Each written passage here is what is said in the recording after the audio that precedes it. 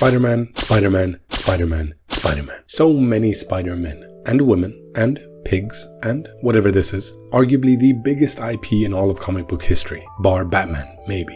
What? And as famous as he might have been to everyone through the comics, he did not reach superstar status until he materialized into live action. And no, I'm not talking about the Spidey Super Story series from 1974, which had an extremely rare appearance from a young Morgan Freeman. I am in fact talking about the movies that introduced me to Spider-Man, probably introduced you to Spider-Man, and most definitely shot Peter Parker into global stardom. None other than Sam Raimi's Spider-Man. Now that first movie was just mega, breaking box office records, getting critical acclaim, being credited as revitalizing the superhero genre and literally paving the way for the modern era of comic book movies. Yeah, and Blade helped too, I guess, but we don't talk about that, do we? And of course, after Spider-Mania had begun, the world demanded more. So came Spider-Man 2, and there's not enough time to give that masterpiece its due diligence, so I shall leave that for a separate video. Then after 2 comes 3, right? And oh boy, if you thought Spidey stock was high before, it was legitimately to the moon in 2004. The money was rolling in by the truckload, and when there's more money,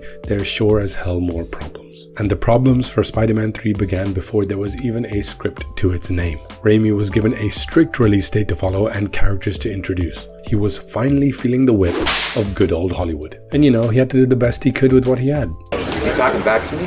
But I'm not here to talk about what happened and what could have been. There's plenty of videos and interviews talking about that already.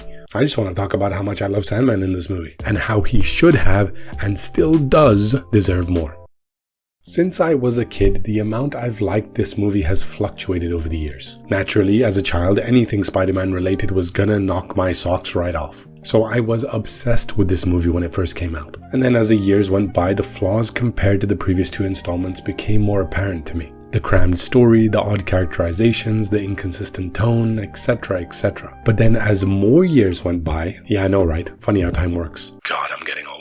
I started to appreciate the silver lining of Spider-Man 3 in just how beautiful Flint Marko's story was. A story of choices and forgiveness, a lesson in second chances, and a reminder that we all make mistakes, even the best of us. That recent uptick in enjoyment is kind of the whole reason I'm making this video. We got Thomas Hayden Church as Flint Marko, aka The Sandman. He was cast mainly because he's great, but also because he'd gained some notoriety around the time due to the Oscar nomination he received for his role in the movie Sideways. I am not drinking any fucking Merlot! Okay. And for the absolutely abysmal and minimal runtime we do get to see Church's Sandman, he's quite fantastic indeed. In a movie crowded with C-tier villains at best, he stands out as the redeeming factor, bringing heart and humanity to the confused villainy of Flint Marko. Just a father trying to do right by his daughter, but coming from a troubled past which unfortunately pits him against Spider-Man. Flint Marko. His introduction scene is just brilliant. In just a matter of minutes, we get to see Flint's desperation, motivation, and his heart, with the entire scene being laced with Christopher Young's score for The Sandman. I'll orgasmically nerd about this a little bit more when I talk about another key Sandman scene, but the duality it carries is sublime, having notes of menacing bass and trumpets as we follow our escaped convict, with only moments later light touches of gentle piano as we witness a precious moment between father and daughter. Hayden Church understood this character perfectly. He shows so much through just his eyes. You can always see the pain and regret behind them.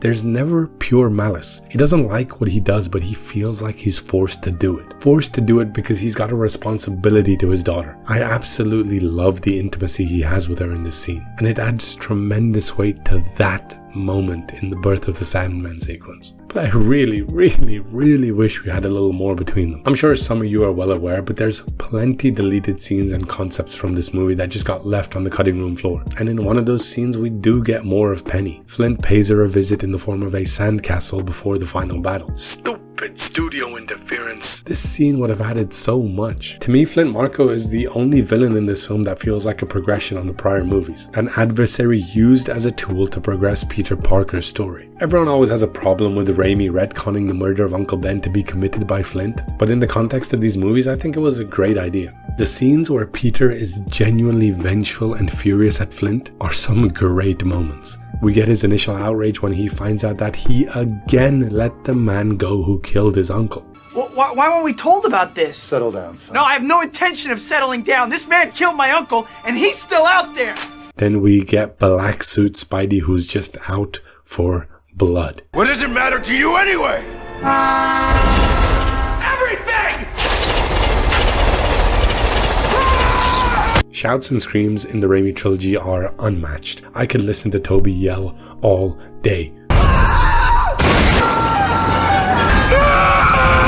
And speaking of tense moments with the Sandman, his action scenes in this film are easily the best. That armored car robbery is just filled with visually badass set pieces. We got the Sandman punch where they actually flipped a bunch of cars for this shot. Then we get this sweet ass hook to the gut where they used an amputee stunt double to make it look more real. And this leg sweep is just so cool. And I know the underground train sequence is a bit janky with its CGI, but it has some great sand VFX. I mean, the sand effects throughout this movie are just unbelievable. They were incredible at the time, and they still very much hold up to this day, unlike some of the effects in this film. And there's no better example of just how fucking brilliant this computer-generated sand can be than in the Birth of the Sandman sequence. For me, there's no competition. This is the best part of the film, hands down. I rewatch it all the time on YouTube just because of how great it is. Not a single actor in sight, not a single word of dialogue spoken, just poetic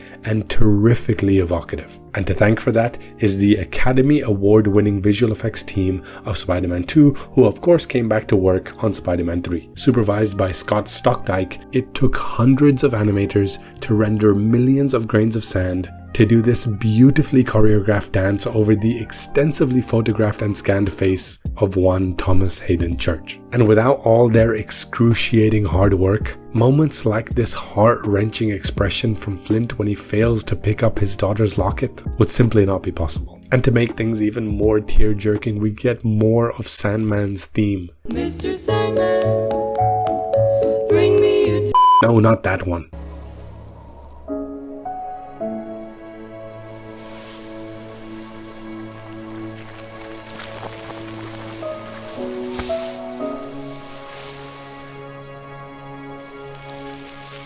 Oh God, who's cutting onions? Christopher Young, you criminally underrated beautiful genius, coming in to do the impossible task of replacing the legendary Danny Elfman by not only doing a magnificent job, but creating my favorite score in the Raimi trilogy. Round of applause to every single artist involved in the making of this sequence. People have been shitting on bad CGI in Marvel properties so much recently. This is just a glaring reminder that when you give people enough damn time to work on something, it can come out beautifully. An incredible effort was made to replicate the nature of sand, down to even picking Arizona sand as the type of sand that the Sandman would be made out of. Sand, sand, sand, sand.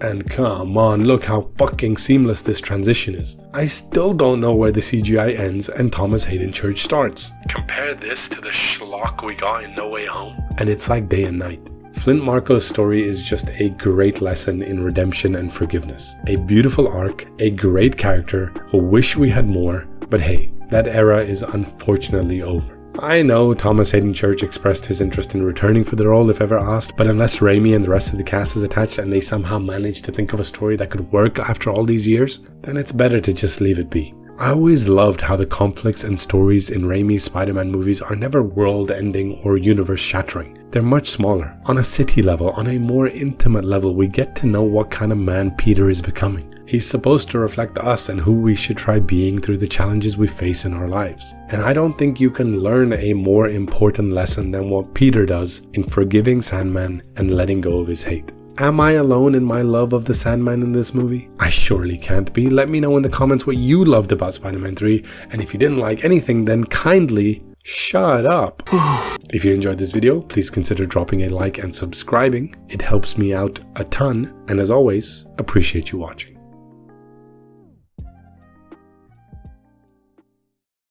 Mr. Sandman, bring me some sand, bum bum bum bum, make it the sandiest sand I ever had, bum bum bum bum, I need some sand, man. Chicka chicka.